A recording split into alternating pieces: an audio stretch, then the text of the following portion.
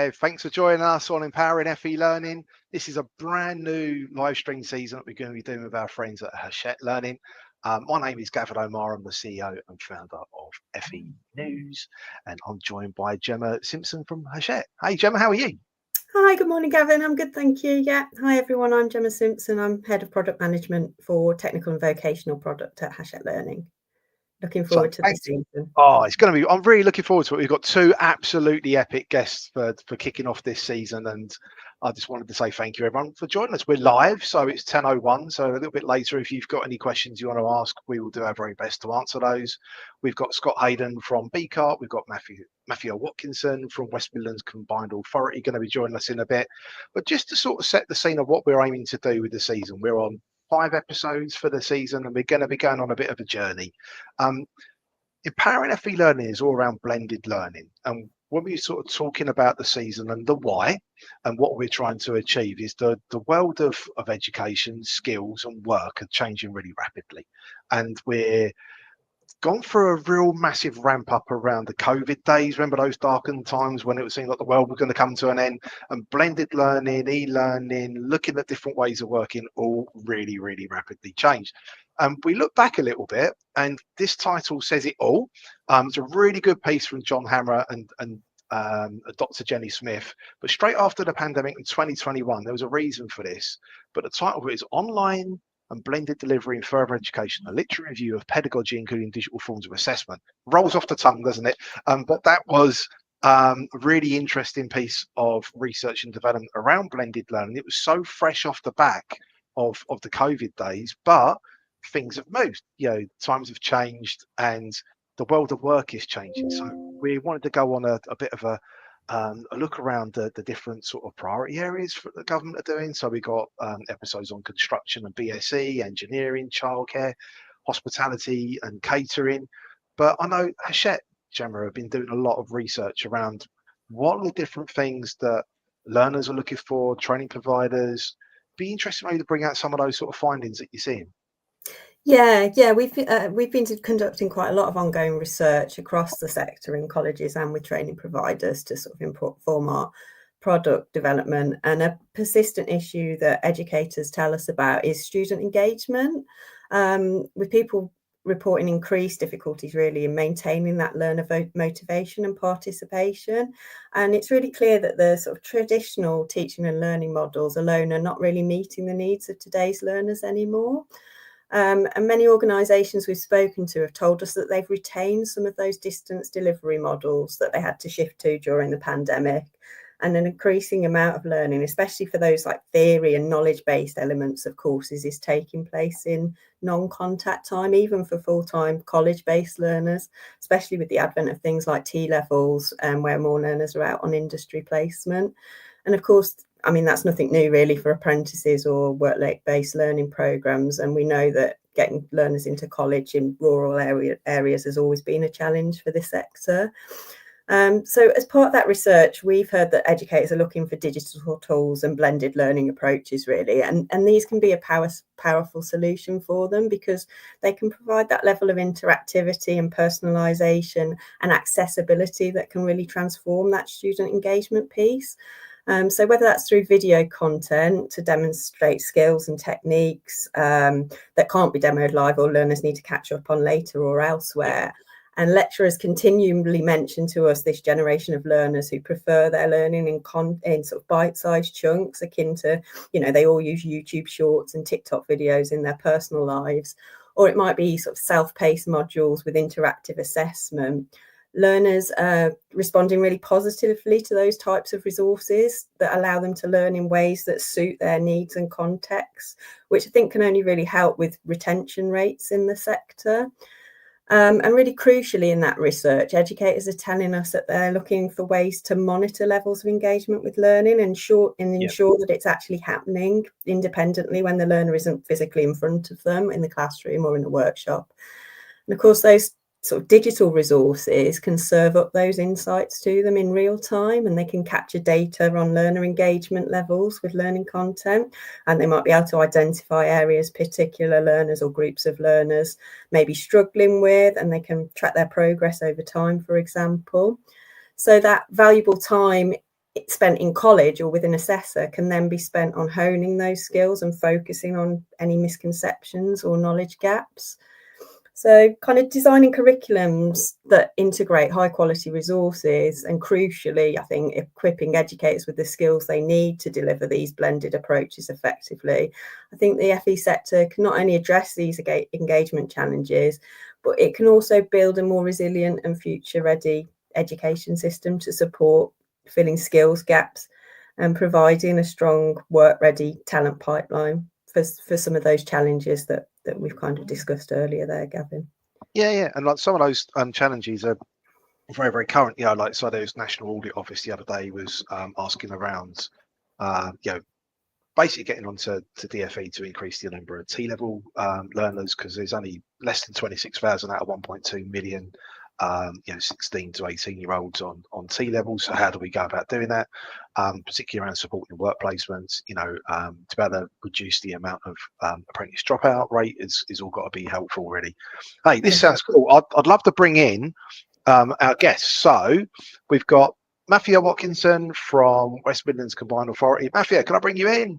Hey, Mafia, how are you? Hi. Hello. Scott. So we've got Scott Hayden from BCART. Scott, can I bring you in? Hey, Scott. Hello. Hey, mid-exam season for you as well there, Scott. So there's a lot of things around learner support, which is going to be very fresh in your mind there. But I wonder if I could kick things off with you, Mafia, if that's going to be all right. So Yeah. West Midlands Combined Authority, really interesting around, thinking of devolution, thinking of like working with colleges, training providers and employers and local residents as well. But your role as policy manager, kind of interesting. I know like different bits of what you've done, you touch on different areas. But what are you doing particularly in your role around the implementation of teaching and learning, thinking of technology, thinking of blended learning, thinking of ways to engage learners? What sort of things you got going on at West Midlands Combined Authority at the moment, Mafia? There are so many things, and thinking about today and what the examples that I bring here, I was thinking, oh my God, which do I choose? So I'll talk very high level about some of the things that we do in our team, and I'll talk about two of those examples that I've chosen. So I'm part of a multidisciplinary team. Our expertise span data, policy and stakeholder engagement, and we work with our colleagues in the Combined Authority and with our regional partners to think about how can we support our communities so that they are thriving and they're healthier and they can benefit from inclusive economic growth? How can we work with our education providers and our provider base to help our residents to access those really high skilled courses to help them on their journeys to good and better jobs? And how can we work with our provider base and with our employers to ensure that they can access the local talent that they need? And exactly as Gemma was talking about, future ready workforce, a resilient workforce, a work ready workforce, particularly, for example, young people. And that's what my colleagues and I do. We think about what does the need look like in the West Midlands, and therefore where is the opportunities and where does that sit? And for us, the evidence is really clear. There is high need for digital skills and high demand for digital skills within the region. And laced within that, there are particular challenges. So, for example, over half of our population, the West Midlands population, don't have the essential digital skills they need to be able to access work. And that's phenomenal, even though employers are saying that digital skills are critical to their businesses and to what they offer and what they need. Within that, if we unpack and get a little deeper, then we know that if we don't have the highest, we are amongst the highest number of residents within the country where we have users who are not using internet at all. So 22% of our population are not online. So when we think about what that means, there is digital exclusion. Yep. There is the need for developing the skills that will support with work. And then there is the digital skills for those high-tech industries and those high-growth industries. And that's where we talk about the missing middle, the level 4, level 5 type of things. So what are we doing? What are we doing with our education providers? From our perspective, our FE providers and our specialist providers and our colleges, they're critical to be able to close that gap between supply and demand, and that opportunity and what that looks like in the West Midlands. They're critical to that. So we work with them really closely to understand what are they seeing, what do they think are the right solutions in this space, because they are experts in education. And from our perspective, it's about how do we support them to be able to support our residents and our businesses, and what can we do. So there's two examples that I'm going to bring. One that I was thinking about this, they're like bookends, if you like, of the supply demand dimension. So the first is about digital exclusion. What do we do to help our residents who have no essential skills, and how can we help them in that space? So we worked with the Good Things Foundation, who partnered with our colleges, with their digital inclusion leads, with our local authorities, and with our voluntary and community organisations to design a digital skills blueprint, if you like. And it's a practical framework that helps our education providers to support residents with everyday digital skills. It's been around for nearly 2 years now, in fact, and really happy to share the link to that for those who are interested. And it's designed with the idea of inclusion, helping our residents with those everyday skills. And when we think about what does digital mean, well, digital is all around us, even from accessing public services to applying for jobs. And that's what that blueprint is all about, is about supporting what does good practice look like, and supporting our residents and our region in that space. The other end of the bookend is about how do we partner with government and with national agencies to really bring into the West Midlands the kind of investment and the support and the opportunities for our education providers to showcase what they can do, and the resource to be able to do that. And we're delighted that we partnered with Innovate UK, and we're able to secure over £2 million worth of investment from their FE Innovation Fund to support innovation within the West Midlands. So we have 3 hubs, innovation hubs. They're covering Birmingham, Black Country, and Coventry and Warwickshire. And they're led by a consortium, if you like, of our local colleges. So in Birmingham, it's a consortium of 6 colleges led by Birmingham Metropolitan College. In the Black Country, it's a consortium of about 5 colleges, and it's led by Walsall College. And in Coventry and Warwickshire, it's a consortium of about 3 colleges, and it's led by Coventry College. And they work with SMEs and businesses to support technology adoption, and to increase the awareness of it and the adoption of it, and to really think about how digital skills support their workforce. So there's the upskilling dimension, the upskilling and the reskilling dimension, but there's also the thinking and the connection to what other offers are available to those businesses. And if you think about it, our colleges, they're anchors to a wider skills portfolio. So it's a really great loop, if you like, to bring not just the digital skills, but the connection to those vocational pathways that our colleges have available to them.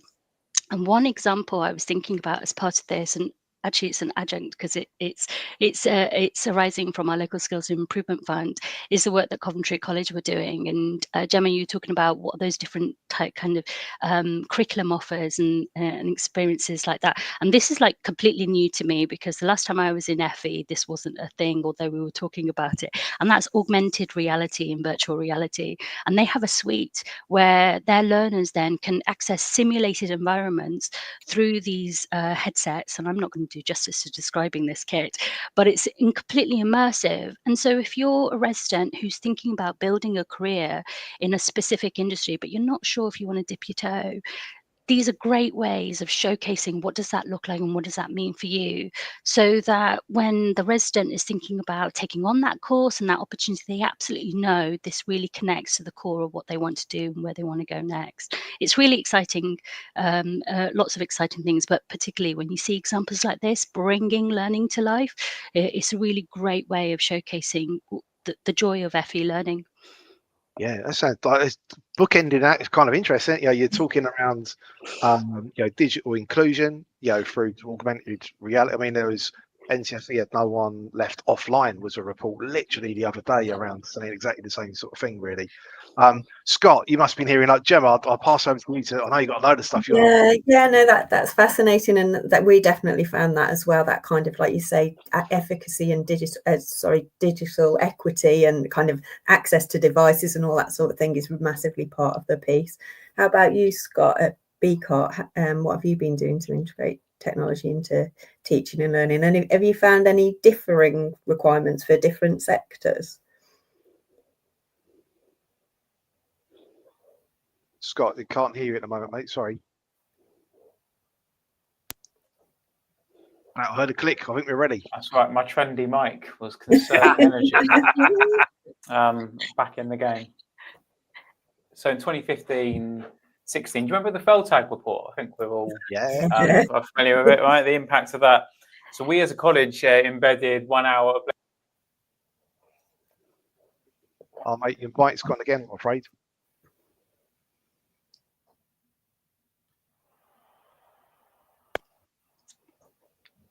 It works this time. Yeah, it's working now. In 2016, we embedded 1 hour of blended... Oh, no, it's dropped again. Maybe Paul headset will probably be...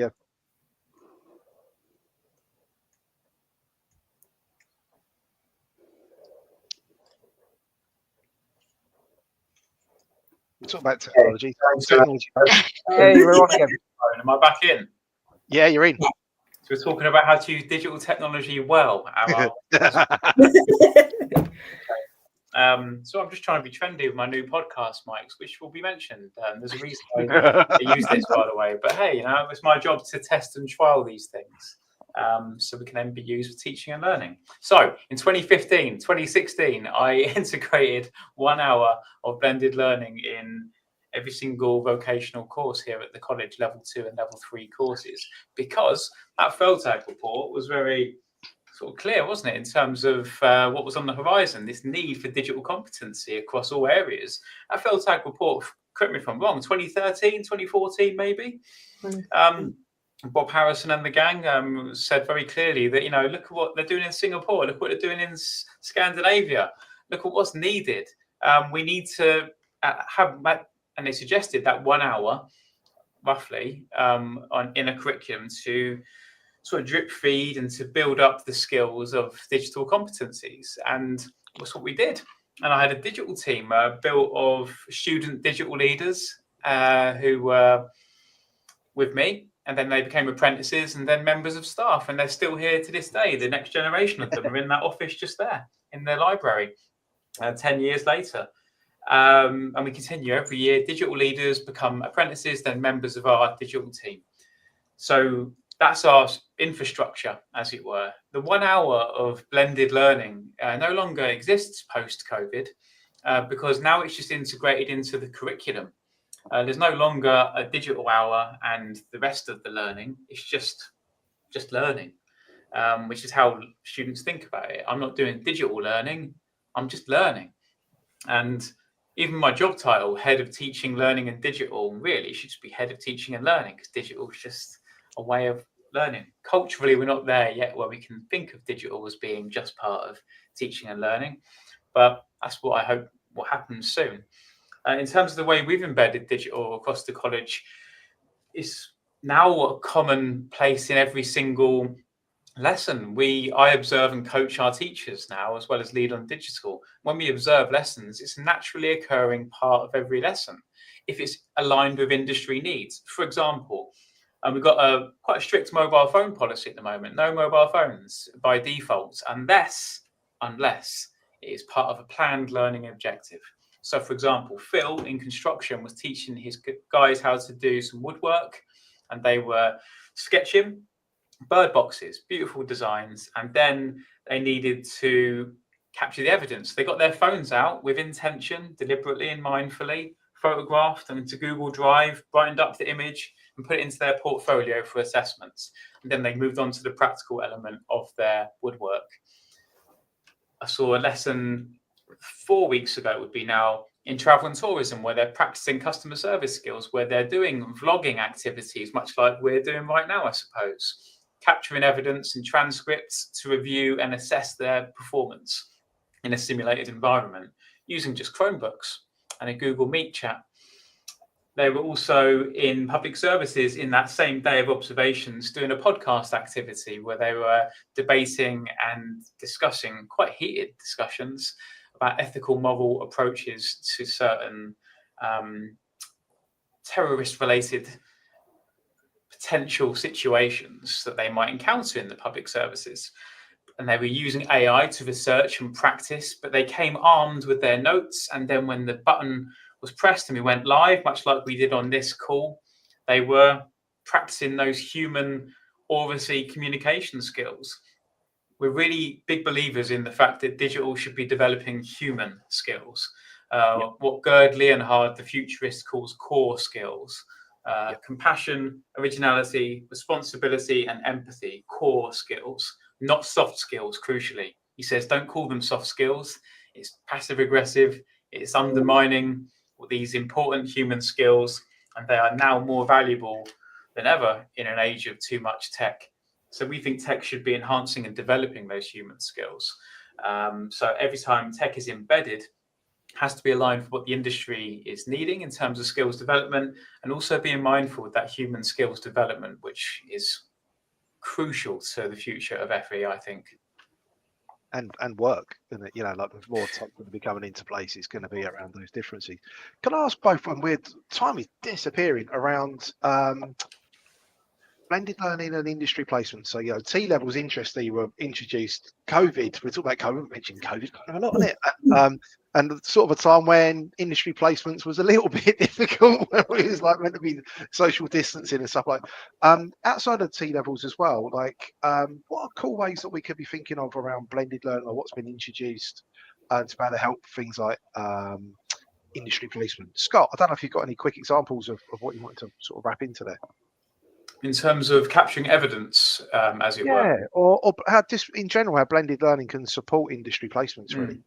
Yeah, it's so we've got quite a lot of industry placements on our many T-level courses, as well as a big component of all of our full-time courses. And we're seeing this increase in adoption of interactive self-marking videos using platforms like YouTube, in Google Classroom, Quiz when video plays, pauses, and a multiple choice question appears. They've got to engage before they play the rest of the video. It encourages proactive engagement rather than a passive consumption of the video. And often that video is instruction from the teacher, maybe going through an assignment brief, maybe going through some slides in relation to theory that was mentioned by you guys earlier on. That's quite popular as a way to flip learning, as it were, and get them engaging as a bookend again to the actual in-class, in-session one-to-one or class time, as it were. Podcasts, increasingly popular. It says a lot culturally, I think, about a generation of learners who perhaps have somewhat parasocial relationships more than real social relationships in many instances, and are starved of actual human interaction and connection. Even us, we're doing this right now. It's a simulacrum, isn't it? It's a distanced version of an actual sitting around having a cup of tea. Lovely as this is, it isn't quite the same as it would be. It's a version. It's a diluted version, as it were, of the real thing. And our learners are starved of long-form, deep, meaningful interactions and connections as a generation we are seeing. That's our lived experience anyway. So podcasts, long-form communication, these are really popular for a lot of our learners when we talk to them. And therefore, using podcasts as a way to communicate to them, hearing their teacher's voice, giving them instructions, guides, tips on a vision, for example, is a very popular way of integrating blended learning as well. Equally, AI is incredibly dominant in our mindset at the moment. Since May 2023, we've had Gemini, the AI tool we use, turned on for staff.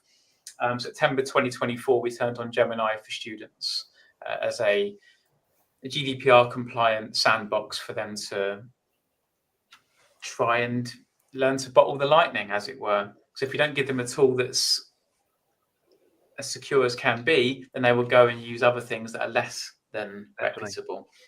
So we're trying to control what we can control. And sure enough, they're using AI tools inside and outside of lessons to simplify concepts, explain this to me like I was 10 years old, relate this topic to my interests. My interests are Pokemon, Arsenal Football Club, whatever it might be.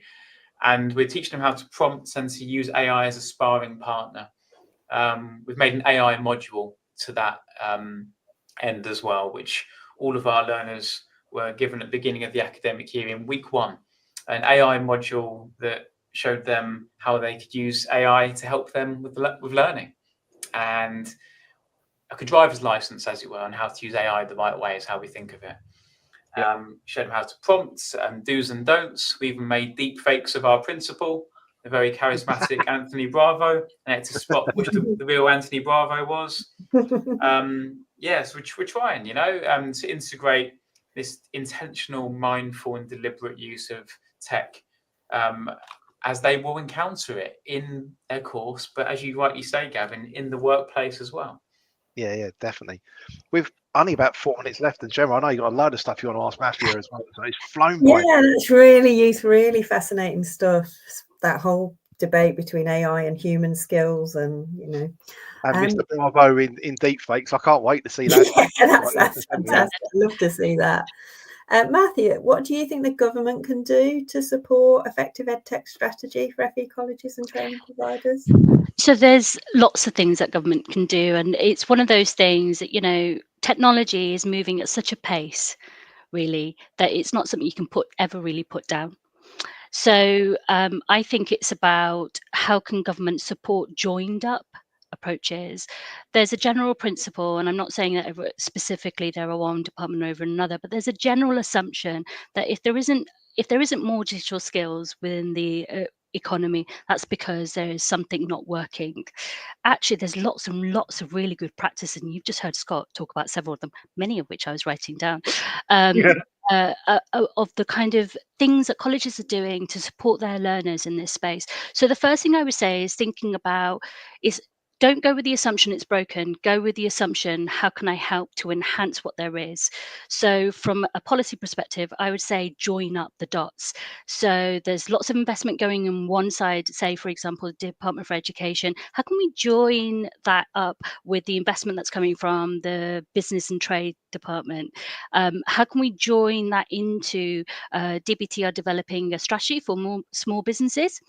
How can we join that into that space to support coherence of skills? Because it's not just about skills for work, it's skills for life. And once we are in work, really critical, that upskilling, reskilling dimension, how can we help our employers to help their workforce? So I would say, how can we join the dots and what can that look like? And then how can we increase flexibility for our colleges so that they can do what they do really well? And as Scott was talking about. So from our perspective in the West Midlands Combined Authority, we worked with our colleges to think about, well, how can we support them to be the best providers they want to be? And what does that flexibility look like? We have a foundation skills offer, and we're moving to a model that's not funding a qualification because we don't want a tick-boxed resident. We want a resident who has the skills for life, the embedded digital skills, they can transition to the next step for them. And our ambition is to have all our residents to level 3 at least, because that's where our economy is going. It's going to be at level 4 plus by 2035. So what can we do? And I think critical to that is about the evidence base. Use evidence in your analysis. Think about places we're not all the same. So don't treat us the same. Yeah, no, definitely. We've got a minute to go. I so many things I want to be sort of talking about and asking you about. If you could just pick one thing, one policy change, one thing you want to see to empower FE learning for learners, for educators, for colleges, training providers, employers, what would you want to see, Scott? I think if we're show me the incentives and I'll show you the outcomes, right? That Charlie Munger quote. If we are incentivized as educators to develop critical thinking skills about technology, about AI in particular, then schools and colleges, universities will make sure students have good critical thinking skills, because they'll be accountable for it in relation to consumption of technology, what they believe, and navigating fake news and AI. So my answer is critical thinking skills. We need to be incentivized to develop critical thinking skills in relation to technology and just generally across education. Yeah, 100%. Love it, Scott. Matthew, what would you want to say? Oh gosh, that's a really good answer, Scott. So what would I like to see? I think it's support the workforce, the FE workforce. Our teachers, well, we say our young people are our future. Our teachers are critical to that future. So let's look at what can we do to support the teaching workforce to maintain their digital skills.